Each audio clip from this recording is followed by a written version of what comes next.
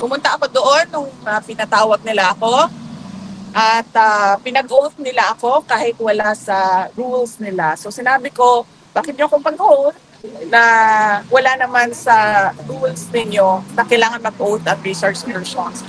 May idea na po ba kayo kung sino yung mga witnesses dito at ano po yung reaction niyo kung nalaman niyo na po yung mga pangalan nila at yung mga personality na ito? Wala pa akong nakita ang listahan ng mga witnesses na ICC. Welcome po, VP. Ay, sir, mamaya gusto na po yung mic. Oo, Excuse me. Bigay mo kay ano? Hi, Gabby. Kayo si good afternoon, VP. So, kamusta po ang mood ni Tatay Lico ngayon? Excuse me po. Ay, excuse me, sir. I'm sorry. It's okay. That's okay. Yes, magandang hapon sa inyong lahat. Welcome to the Netherlands. Ikaw na pala mag-welcome. Ako na mag-welcome sa inyo. Malapit ko na ma-memorize ang ano nila, bus stop at mga tram rides nila. Tram stops nila dito. Naghanap ko nawala. Dami beses na rin ako nawala dito. Unang pasalamat ko sa inyong lahat sa patuloy ninyo pagpunta dito at pagpapakita ng suporta para kay dating Pangulong Rodrigo Duterte.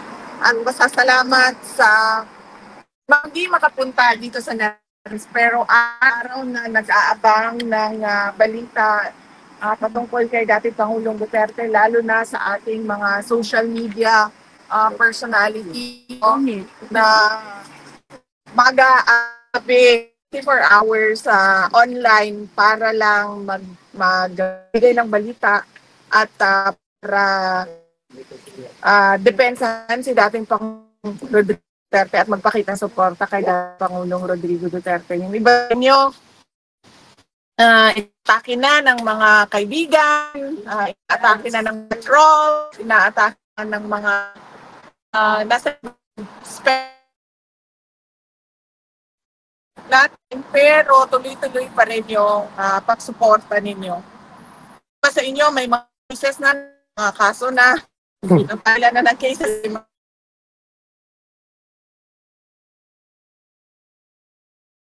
paniniwala ninyo at pagmamahal ninyo kay dating Pangulong Rodrigo. Maraming salamat sa inyo. Thank you. Yes. So, ang mood ni President Duterte ay good. Nakita niya yung apo. Tapos nagtanong siya ng mga detalye sa mga apo niya, kung kamusta na pag-aaral, mga ganun detalye. At nagtanong siya kung sino na ba daw ang mga namatay. Hindi ko lang alam kung meron siyang gustong marinig na pangalan, pero nagtanong siya mga sino ba daw dapat yan ng condolences ng pamilya. So, nabanggit ko sa kanya na merong 3 kababayan natin namatay dahil na yung kanilang barko ay inatake ng mga rebels. So, sabi niya, importante na mapaabot sa kanila yung pagkamay natin. At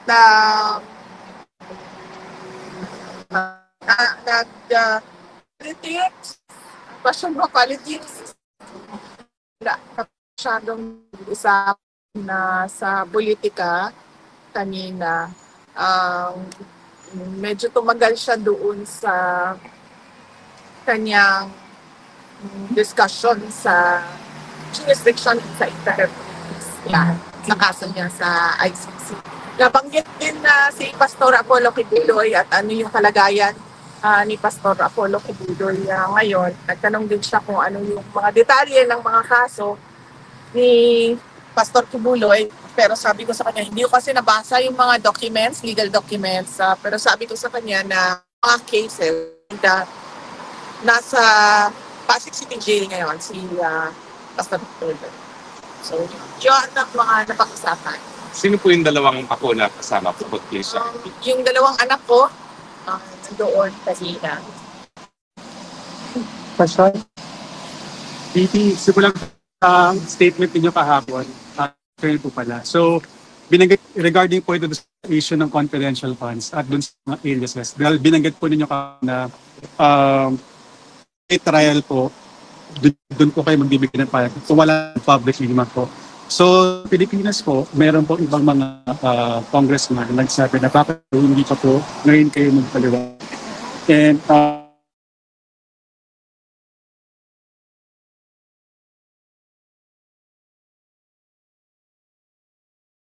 Mapapansin nyo, wala namang confidential funds doon sa budget request namin, pero lahat nun ay confidential funds ang tanong nila from the previous years, which was already decided by the House of Representatives na hindi nila ibibigay or hindi ni-request. Hindi siya ni-request. Pangalawa, makikita nyo at maalala nyo na sinabi mismo ni Congressman Stella Kimbo, let's stick to our plan. So, alam mo na, at kaya ako dumating doon sa budget hearing namin na mag-isa. Dahil sinabihan na kami noong isang kasamahan nila na ganito yung gagawin sa iyo. Puro confidential funds ang tatanungin at ang gagawin nila ay gumawa ng kaso gagamitin nila ang confidential funds para mag-invento ng kaso. So, pumunta ako doon na mag-isa during the budget hearing dahil ayokong inaapi at pinapahiya yung mga kasamahan ko sa Office of the Vice President. Doon naman hindi nila nakuha kung ano yung gusto nila during the budget hearing dahil sinabi ko na sa kanila na bahala na kayo kung anong budget ibigay nyo. Wala namang problema sa amin. Tutuloy pa rin yung trabaho namin. Ay nagbukas sila ng investigation sa loob ng House of Representatives. 2 beses ako pumunta doon. 2 o 3? Dalawang beses. Pumunta ako doon nung pinatawag nila ako at pinag-oath nila ako kahit wala sa rules nila. So sinabi ko, bakit niyo akong pag-oath na wala naman sa rules ninyo na kailangan mag-oath at research persons. In fact, kung tingnan nyo yung mga ibang hearings ng House na hindi doon sa amin, makikita mo na yung mga research persons ay hindi talaga pinag-oath. So, hindi nila masagot dahil ang kagustuhan lang naman nila ay manira, diba? So, hindi nila sinagot, tumutuwa ako doon. Sabi nila, wala na kami magtatanong sa iyo kasi hindi ka naman nag-oath. Pero ready akong sumagot kung ano man yung tanong nila kahit wala akong oath. Diba? So wala silang tinanong.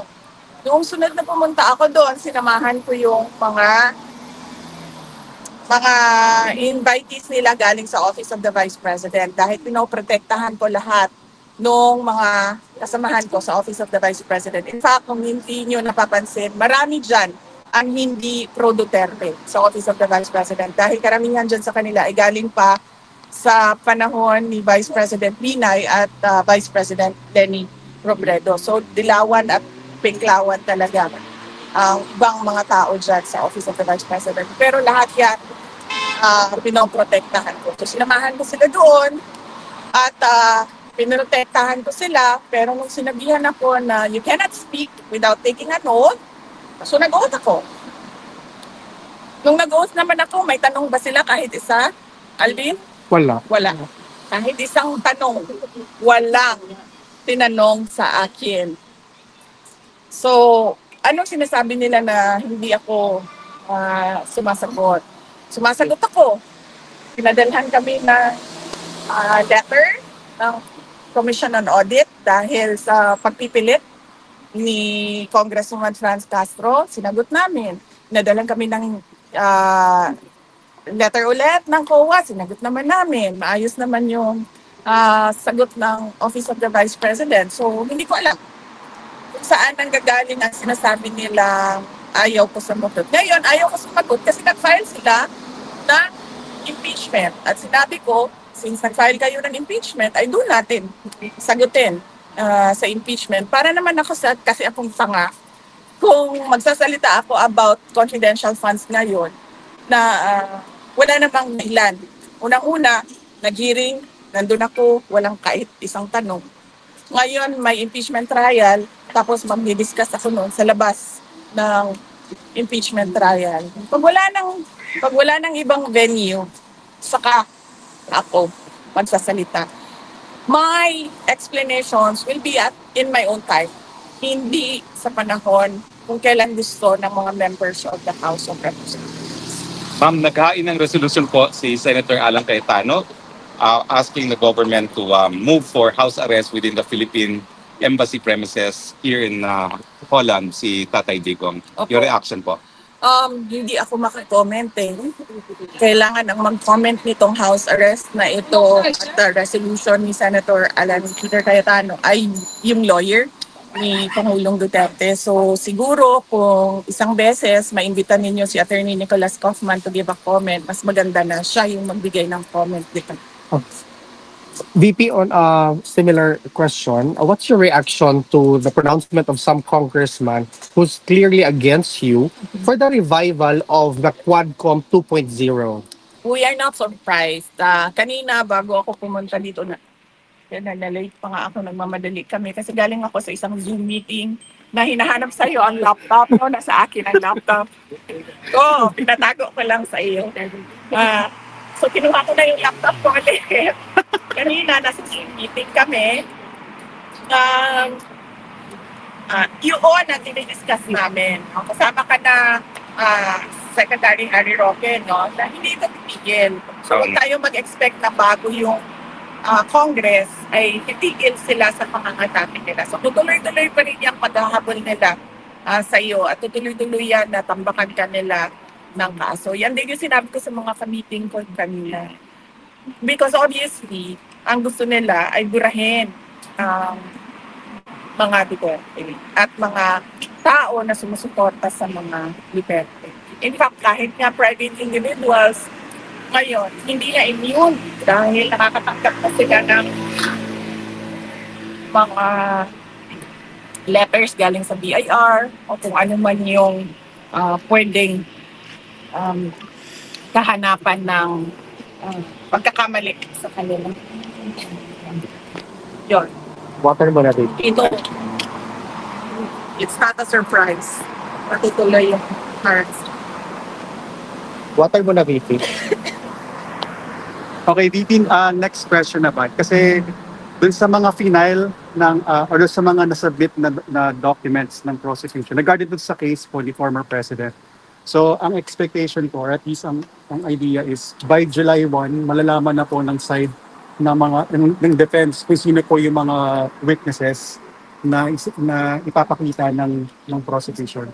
May idea na po ba kayo kung sino yung mga witnesses dito at ano po yung reaction niyo kung nalaman niyo na po yung mga pangalan nila at yung mga personality na ito? Wala pa akong nakita ang listahan ng mga witnesses na ICC. Malalaman kung sino yung sinabi and explain sa amin na malalaman kung sino yon sa confirmation of charges. Doon nila sasabihin kung sino yung mga witnesses. Pero sa pagkakaintindi ko, nakakatanggap na ang defense team ng mga documents galing sa prosecutor. So malamang meron din mga laman ng information on who the witnesses are. Kasi yung mga witnesses.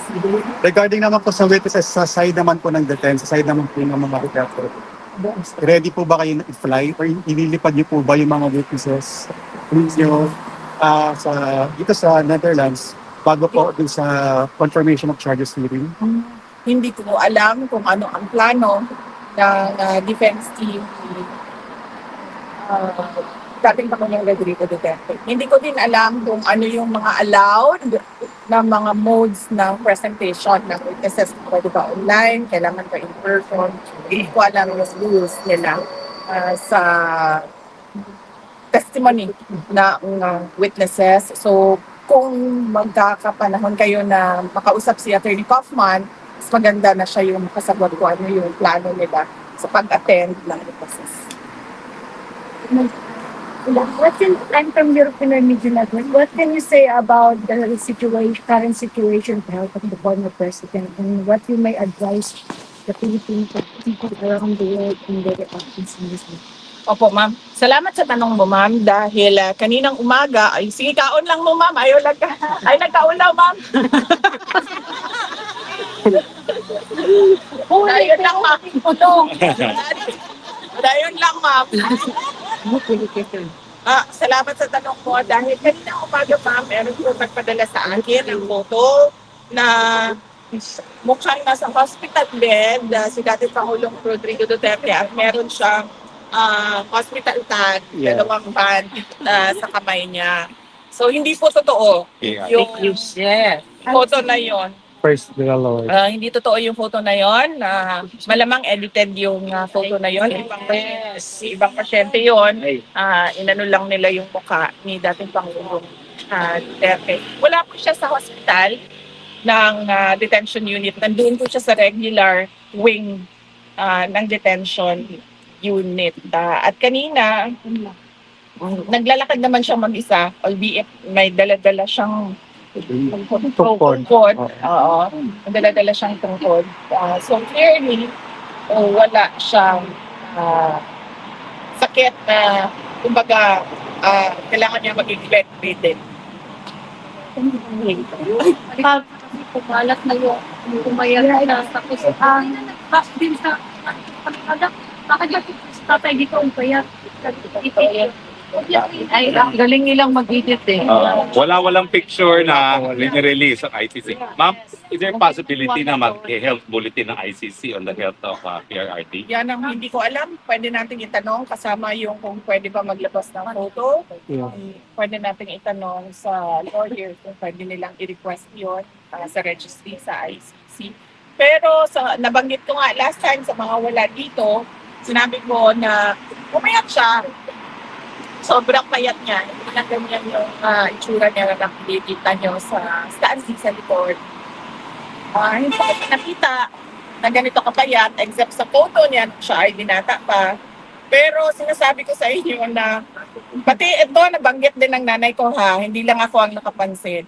Hindi nagsag yung face niya. Hindi tulad mas tulad sa ating lahat na bumabagsak na yung ating mga Cannot go out. bumabagsak na yung ating mukha. Sa kanya, hindi. Bumagsak yung mukha niya. Yan ang sabi ng anak, sumabagsak. Yung mga characteristics ng sabi ni Guapo daw Lolo Rudy. Hindi bumagsak yung kanyang mukha.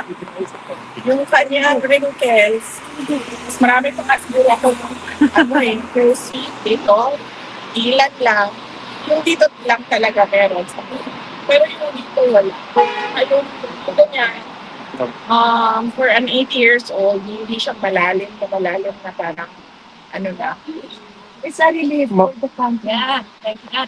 O nga, nagtataka nga ako, ma'am sabi ko nga sa mama ko, siguro merong pampaganda dyan sa loob na hindi. Baka nakaserabil. Water quality. Water quality. Baka. Ma'am, yung Dutch doctors din, ma'am, they are really good. Oo. Dutch doctors. Kasi Yes. binabalance nila yung diet niya Oo. at yung sa kasi si tatay is Yes. Kasi alam nila man na merong Pilipino sa labas. isa din yun. Glowing, Oo. pero payat. Yan din yung sabi ko na baka lang, kinontrol din yung kanyang weight dahil diabetic siya. Correct.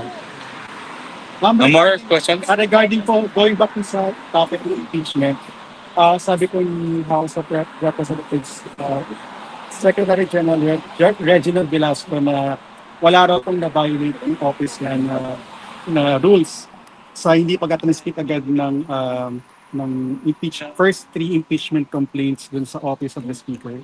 Any comments po? Sumagot na lang siya sa Supreme Court. Hiningi naman ng Supreme Court Correct.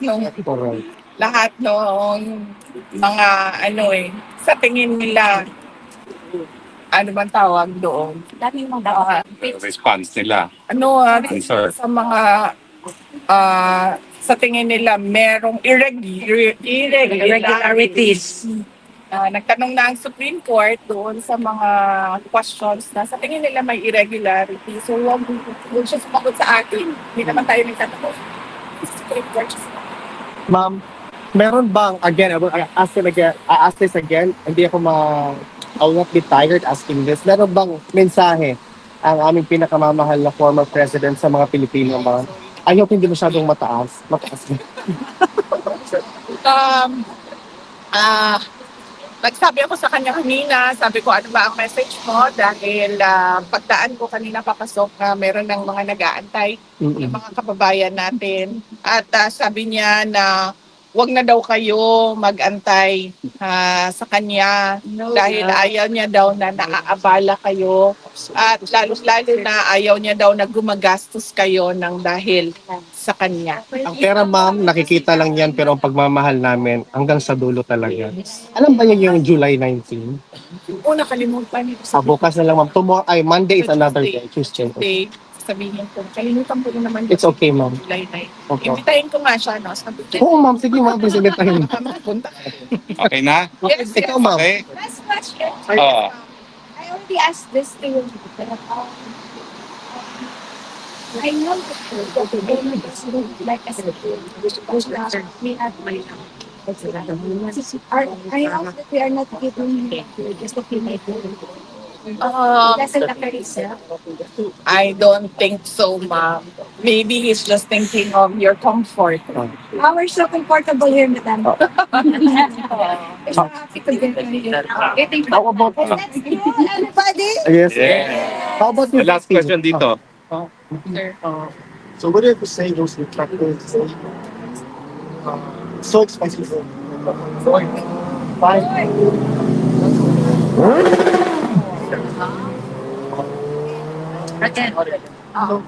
What do you speak to Detractors saying that having 20 Kaufman must be very expensive, therefore, the taxpayers have lots of money. Hindi ko alam kasi hindi naman ako nagbabayad. Sorry, hindi ko alam.